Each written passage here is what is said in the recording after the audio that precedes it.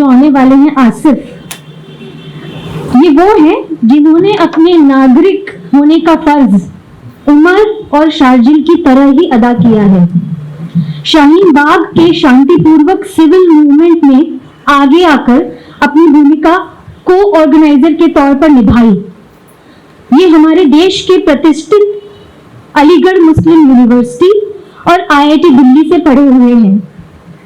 आज ये 2 not for profit संस्थाओं से जुड़े हैं निदेशक के तौर पे, माइल्स टू स्माइल फाउंडेशन और शागिर्द फाउंडेशन।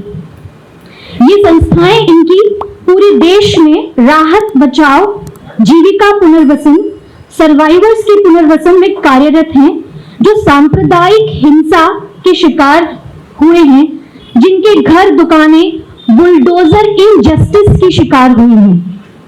पिछले ही साल आसिफ को नेशनल लाइफ एम्पावरमेंट अवार्ड से भी नवाजा गया था। मैं आसिफ से रिक्वेस्ट करूंगी कि वो यहाँ आए और अपने विचार हमसे शेयर करें।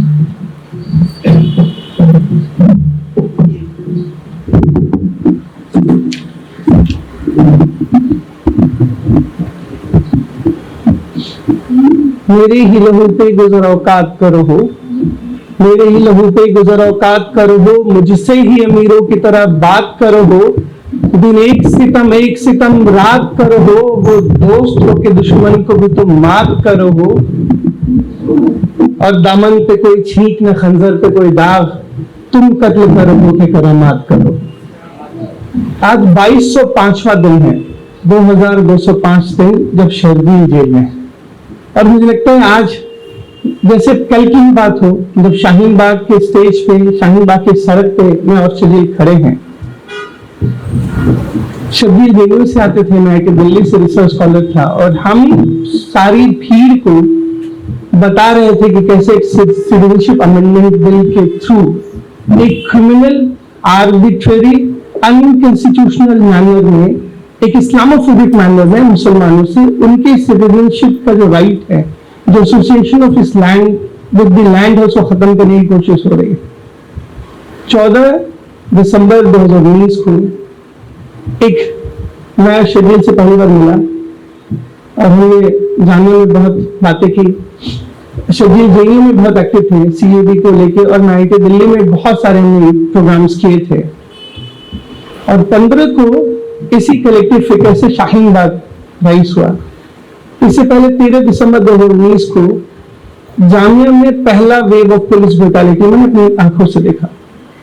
एक सवाल जो शर्जील के मन में था, एक सवाल जो मेरे मन में था, और एक सवाल जो मेरे मन में अभी भी है कि जब कोर्ट इंसाफ देना बंद कर दे, एक सुप्रीम कोर्ट जो कुत्तों के मामले में सुओ पे लेती है, वो सुप्रीम कोर्ट हेमंत बिश्व शर्मा के मामले में उनकी जुबान नहीं खुल रही। एक कोर्ट जो मुसलमानों को इंसाफ नहीं दे रही है अदालत के प्लेटफॉर्म से, एक एग्जीक्यूटिव ऑफ द ऑफिस जो मुसलमानों को सिक्योर नहीं कर रहा दंगों की आग से, एक लेजिस्लेचर ऑफ द हाउस है जो मुसलमानों के लिए बिल नहीं बना पा रहा कॉन्स्टिट्यूशनल पैरामीटर के अंदर। आप देखिए, किसी स्टेट के 3 ऑर्गन्स हैं, लेजिस्लेचर, जुडिशियल और एग्जीक्यूटिव। मुसलमानों के कंटेक्स्ट में ये तीनों ऑर्गेनाइजेशंस ने हमको पिछले 80 सालों में फेल ही किया है। चाहे भागलपुर, मेरठ, मलियाना, हाशिमपुरा, गुजरात, मुजफ्फरनगर के दंगे हो, या 2020 के दिल्ली के दंगों, जिसको मैंने अपनी आंखों से देखा है। मुसलमानों के कपड़े उतार के उनको चेक करना कि मुस्लिम है कि नहीं, मुस्लिम इलाकों को कॉर्डन करना ताकि बाहर के लोग जाके मदद नहीं कर सके, हॉस्पिटल में पहुंच नहीं सके। मुसलमानों की लाश कहां से बरामद है वो एरिया गलत बताएं, हिंदुओं की लाश बरामद होना उसका एरिया बताना। मुसलमान अगर एक्यूज है तो उस पर सीवियर सेक्शंस लगाएं, हिंदू एक्यूज है तो मिसचिफ बाय फायर जैसे सेक्शंस लगाएं। ये सब मैंने दिल्ली दंगों की आंखों से देखा। तो एक सवाल मेरे और शर्जील के जहन में था कि जब स्टेट की सारी ऑर्गन्स हमको इंसाफ नहीं दे रही हैं, एक मुसलमानों को सांस लेने नहीं दे रही है, 2019 का वो पूरा साल याद करिए, 370 को अब्रोगेट करके पूरे कश्मीर को उन्होंने एक कुंडली की तरह कैद कर दिया। बाबरी मस्जिद में सुप्रीम कोर्ट मानती है कि इसके नीचे कोई राम मंदिर नहीं है, लेकिन पूरी जमीन को मंदिर को दे दिया। ट्रिपल तलाक करके मुसलमानों को क्रिमिनलाइज कर दिया शादी, जो कि कई सारे कॉन्स्टिट्यूशनल आर्टिकल का वायलेशन है। उसी की लाइन में सिटीजनशिप अमेंडमेंट बिल 8 दिसंबर 2019 को पार्लियामेंट में पास हुआ, और एक गुस्सा हमको था एस्टैब्लिश लीडरशिप से कि हमारी लाशों का सौदा हो रहा है और आप बोलने वाले नहीं। तो क्या करें? एक सवाल था, क्या करें? जामिया में हम बैठे थे, मैं और शलील चाय पे, हमने कहा कि अब क्या करें? किसी ने कोट कहा कि जब सड़कें सुनसान होती तो संसद आवारा हो जाता है। संसद आवारा है, तुम्हारी कोई सुनने वाला नहीं। तो ये जो प्रोटेस्ट है, मास्टर्स के पास क्या उम्मीद बचती है? एक टूल बचता है, वो है मीडिया का जो बिकाऊ है। थूक जिहाद, जनसंख्या जिहाद, दिन भर जिहाद को इतना उन्होंने नॉर्मलाइज किया कि मैडम भी कह रही थी कि लोग जिहादी हैं। जिहादी होना आतंकी होना नहीं है, दोनों में बहुत फर्क है। और मैं अगर कोई कहता है कि मैं जिहादी हूं तो मैं बहुत फर्क के साथ पहुंची हूं, क्योंकि सबसे बड़ा जिहाद वो है जब आप इंजस्टिस के खिलाफ फाइट करते हो। सबसे बड़ा जिहाद वो है जब आप जालिम तानाशाह की आंख में आंख डाल के बोलते हो कि तुम जालिम हो तो गुनाहगार हो। तो शरीरों में से बड़ा जिहादी कोई नहीं होगा इस कंटेक्स्ट में। तो एक हमारे पास वे नहीं है, रास्ता नहीं है। सरकार हमारी बात सुन नहीं रही है, मीडिया हमारी बात लिख नहीं रही है। तब क्या? तब एक ही रास्ता बचा कि हम पीसफुल प्रोटेस्ट करेंगे। 13 दिसंबर 2019 को जामिया में एक पीसफुल प्रोटेस्ट का ऐलान हुआ। मैंने अपनी आंखों से देखा, बैरिकेड पे लड़कियों को हिजाब में थी, उनको दिल्ली पुलिस ने खींच के बैरिकेड से नीचे उतारा, घसीटते हुए लेके गए।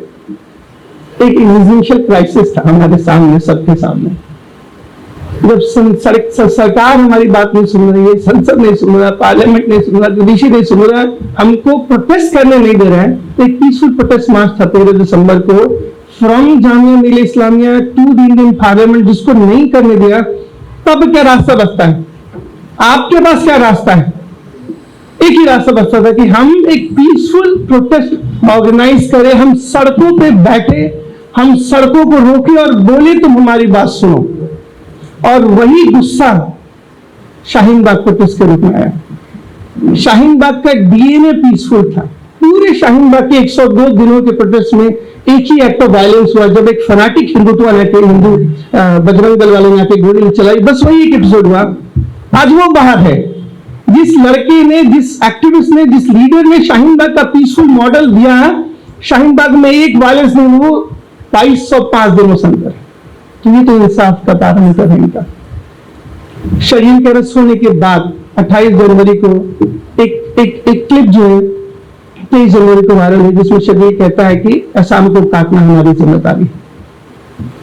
उस क्लिप के अगले हिस्से में शरीर कहता है कि अगर ये नहीं हो तो आप देखिए कई लाख हिंदू और मुसलमान, बंगालियों को, बंगाल वालों को, हिंदू और मुसलमान, उनको असम से भगाने का काम जो हो रहे हैं।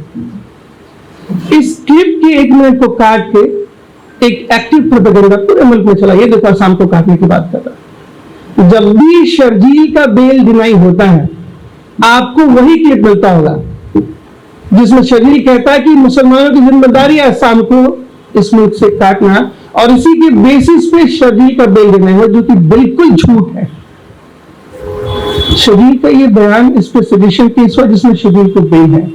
शर्जील अपनी इस बयान पे जेल में नहीं है, शर्जील के इस बयान पे यूएपी नहीं है, शर्जील को दिल्ली दंगों के आरोप में जेल में है 2205 दिन से।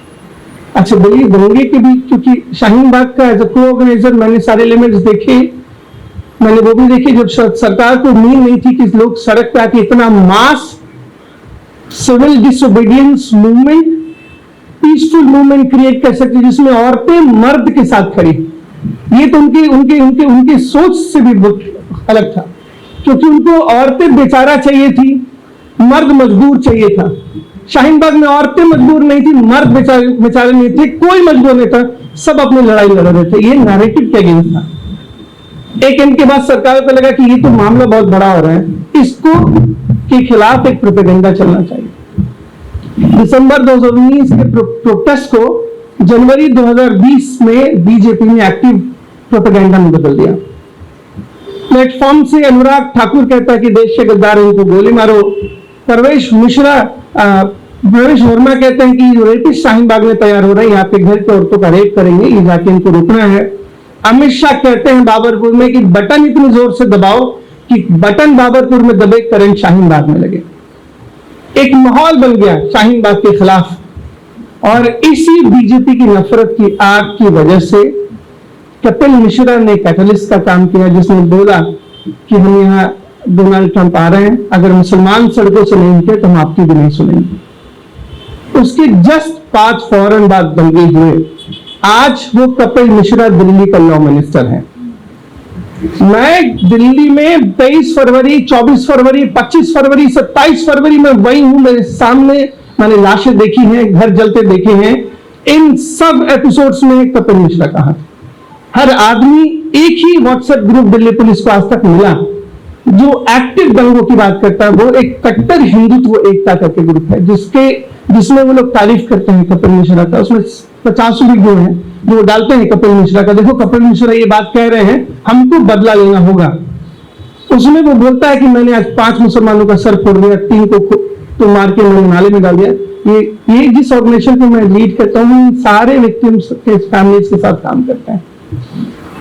आज वो कपिल मिश्रा बाहर है। एक बार भी दिल्ली पुलिस ने कपिल मिश्रा को क्वेश्चनिंग के लिए नहीं बुलाया। 28 जनवरी को शर्जील ने अपने इस बयान के बाद बिहार में सरेंडर किया। 23 फरवरी को दंगे हुए। 1 महीने का डिफरेंस है। शर्जील का दिल्ली, नॉर्थ ईस्ट दिल्ली में वो कभी गया नहीं, लेकिन मुसलमानों के लेजिटिमेट प्रोटेस्ट को लेजिटिमाइज करने के लिए, इनके पीसफुल नोट को नॉन वायलेंट बनाने के लिए दंगे हुए। और दंगे एंटी मुस्लिम दंगे थे। 42 लोग 53 में मुसलमान थे जो शहीद हुए। अगर आप 100 प्रॉपर्टी मानेंगे, उसमें 90% ज्यादा प्रॉपर्टी मुसलमानों की जली। दुकान जितने जले उसमें 90% ज्यादा दुकान मुसलमानों की जली। हमने रिलीफ का काम किया, हमारे पास डेटा अगर किसी को कुछ।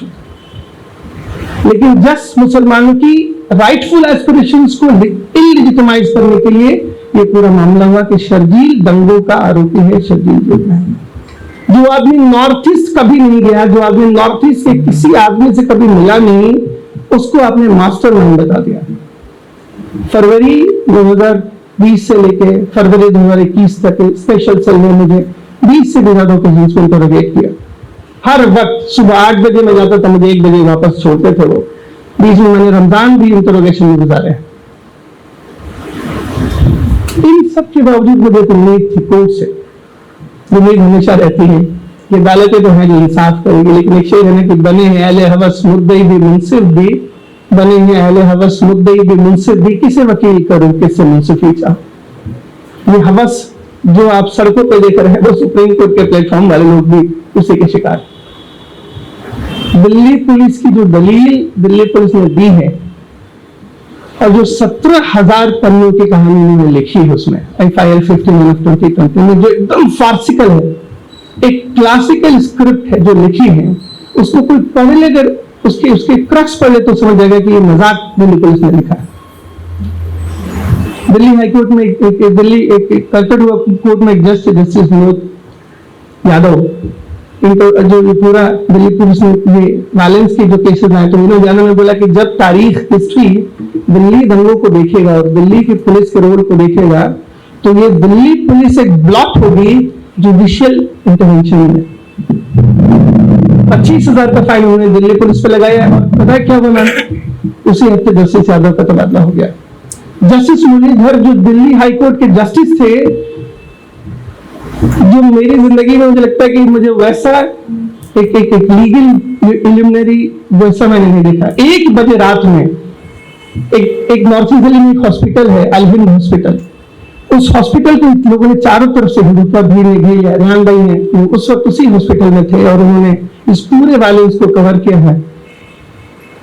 एक पिटीशन फाइल हुई जस्टिस मुरलीधर की कोर्ट में 1 बजे रात में, और जस्टिस मुरलीधर ने रात में फैसले दिए कि जितने लोग अंदर जख्मी हैं उन सब को निकाला जाए और दिल्ली के दूसरे हॉस्पिटल्स में भर्ती करें। अगर वो नहीं ऑर्डर पास होता तो 50 लोग और मरते जो पूरे मुसलमान होंगे। जब जस्टिस मुरलीधर को क्लिप दिखाई गई कपिल मिश्रा का बयान की, तो जस्टिस मुरलीधर ने बोला कि इस पे 24 घंटे के भीतर FIR करो। 24 घंटे के भीतर FIR तो नहीं हुआ, 24 घंटे के भीतर जस्टिस मुरलीधर का ट्रांसफर हो गया। ये इंसाफ है। जस्टिस यादव, जस्टिस मुरलीधर और ऐसे इन्होंने एक क्लासिकल एग्जांपल सेट कर दिया जुडिशरी के आगे, ताकि कोई अपने हक की बात बोल न सके, कोई अदालतों पर इंसाफ की उम्मीद न लगा सके। 2205 दिनों से शर्जील जेल में है। शर्जील जेल में क्यों है, इस सवाल के जवाब मुझे आज तक नहीं मिला। हम पूरे दिन प्रोटेस्ट में रहते थे, रात में हम आते थे तो एक छोटा सा चाय पी, क्योंकि खाने का भी वक्त नहीं मिलता था, इतना प्रोटेस्ट। हम सुबह चाय पी के जाते थे, रात में शाम में चाय पे कहीं बैठते थे, चाय पीते थे, खाना हमने पूरे पीरियड में खाए नहीं। रात में जो औरतें थी, जो शाहीन बाग के जनरल लोग थे, वो बैठ जाते थे सिग्नल लगा के, तो शर्जील उनसे बैठ के हिस्ट्री पे डिस्कशन करता था। मैं उनको इंस्टीट्यूशनल समझ जो था कि हमारा आर्टिकल कैसा है, 14 आर्टिकल क्या कहता है, आर्टिकल 16 क्या कहता है, ये पूरा हम एक सिस्टम था। शाहीन बाग एक ब्यूटीफुल क्रूसिबल था। शाहीन बाग कोई जगह नहीं थी, शाहीन बाग एक सोच थी कि लोग जुल्म के खिलाफ खड़े हो सकते हैं। शाहीन बाग एक सोच थी कि हम एक पीसफुल मीन में प्रोटेस्ट कर सकते हैं। शाहीन बाग इतना ब्यूटीफुल था, औरतें, मर्द, अनपढ़, पीएचडी स्कॉलर्स, दुकान वाले, प्रोफेसर जामिया के, आईआईटी के प्रोफेसर, ये सब जो डिस्टिंक्ट ग्रुप है, डिफरेंट ग्रुप है, इन सब को एक रस्सी में पिरो के रखा था शाहीन बाग ने। और इन सब का क्रेडिट अगर किसी को देना तो शर्जील इमाम है, कि शर्जील ने शाहीन बाग के डीएनए में पीसफुल मीन्स ऑफ प्रोटेस्ट को डाला। शर्जील बोलते हैं कि अगर कोई हम में से कोई भीड़ में कोई दंगा करे तो हम उस पर हाथ नहीं उठाएंगे, हमारा काम नहीं हाथ उठाना, हम उसको पकड़ के पुलिस को देंगे, पुलिस का काम है। ये क्लिप हमें मालवा वायरल नहीं कर सकता। उनको जो उनके प्रोपेगेंडा पे चीजें लगी उन्होंने किया, और आज जो इंसाफ की उम्मीद थी दिल्ली पुलिस के बाद, मतलब सुप्रीम कोर्ट से, वो इंसाफ ही खत्म हो गया। अभी जब लेटेस्ट हियरिंग हुई है शर्जील उमर पे, तो उसके बाद साहब वहीं थे, मैं भी वहीं था, मैंने देखा और सारी प्रोसीडिंग्स हम सुन रहे थे। वो कहते हैं कि प्राइमा फेसी ऐसा लगता है कि उमर और शर्जील एक्यूज्ड हैं, प्राइमा फेसी। ये वही सुप्रीम कोर्ट है जो बेल पिटिशंस बेला त्रिवेदी को देती है, जो आज तक सुप्रीम कोर्ट के इतिहास में सिंगल जस्टिस रही है जिनको उन्होंने शरण मीडिया में बेला थी। तो अपनी गलतियों को वो नहीं देख रहे हैं। दो मुस्लिम यूथ है इस मुल्क में जो केपेबल है चेंजेस लाने के, शर्जील और उमर। दो लोग ऐसे हैं जो बोलते हैं कि हम हिंसा का जवाब हिंसा से नहीं देंगे, हम नफरत का जवाब नफरत से नहीं, मोहब्बत से देंगे। ये वो लोग हैं जो कहते हैं कि मोहब्बत और पीसफुल मीनिंग से ही प्रोटेस्ट सर्वाइव किया जा सकता है और हमको लड़ना चाहिए। ये शर्जील उमर है। तो अगर आपसे सवाल पूछे कि शर्जील और उमर कौन सी गुनाहों की सजा काट रहे हैं, तो इसका जवाब देना भारी हो जाएगा। 2-3 महीने पहले ही शर्जील से मिला, जब इलेक्शन की बात हो रही थी, तो ये पूरा वाकया है सब चीज। तो एक हालांकि इतने सालों में मैंने मायूसी तो नहीं देखी अल्हम्दुलिल्लाह। शर्जील से जब भी बात करता हूँ तो बहुत एनर्जी में रहता है, मुझसे भी ज्यादा एनर्जी में वो रहता है। और कई सारे लैंग्वेज जो जेल में सीख चुके हैं, जर्मन हो, फ्रेंच हो, और पर्शियन में बहुत अच्छा है वो। तो एक एनर्जी जो उसके चेहरे पे मुझे दिखती है, वो मुझे लगता है कि वो हम कलेक्टिव भी हमारी वो एनर्जी नहीं। तो वो जो मायूसी होती है कि ऐसे स्कॉलर को, ऐसे जन को 6 साल से जेल में रखा गया है जिसके कोई गुनाह नहीं है, तो सवाल वही कहता है कि ये कैसा इंसाफ, ये कैसा सिस्टम है। अब जिस तरह इस मुल्क में धीरे धीरे आए दिन, शर्जील की जाने के बाद मैंने सोचा कि एक विजन से हमने काम किया था, हम क्यों ना उन लोग के साथ काम करें जो इस मुल्क में दंगे और नफरत के शिकार हैं। पिछले 6 सालों से मध्य प्रदेश, गुजरात, हरियाणा, राजस्थान, बिहार, यूपी, असम, त्रिपुरा, इन सारे स्टेट्स में जितने भी वायलेंस हुए हैं, जितने भी बॉम्ब लिंचिंग हुई है, हम सबकी फैमिलीज के साथ लाइवलीहुड पे काम करते हैं। आज तक एक भी केस में इंसाफ उनको नहीं मिला। तो मैं देखता हूँ कि इंसाफ का जो तकाजा, जो पैरामीटर है, वो रिलीजन है। अगर आप मुसलमान हैं तो इस मुल्क के डीएनए में आपके लिए इंसाफ नहीं है। 2023 में जनवरी में 2 लोग नासिर और जुनैद को जिंदा जला दिया गाय के नाम पे हरियाणा में। उसकी फैमिली को इंसाफ नहीं है, उसके जो एक्यूज है वो बाहर हैं। जितने भी किलिंग्स हुई है, जितनी भी लिंचिंग्स हुई है, पहलू, रकबर, ये सबके एक्यूज जो है वो बाहर हैं। और जब मैं शर्जील और उमर को जेल में देखता हूँ तो मैं सोचता हूँ कि इस मुल्क में कत्ल करके बाहर आना आसान है, लेकिन हक और इंसाफ की आवाज बुलंद करके आप बाहर नहीं सकते, आप जेल में।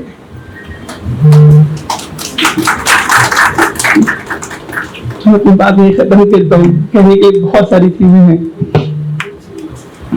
वही है कि जब अदालत इंसाफ लिखना बंद कर दे तो हमारे पास कोई रास्ता नहीं मिलता है। हम इसे गौर से गुजर रहे हैं, हमको सोचना होगा कि हमारे पास रास्ता क्या है। शुक्रिया।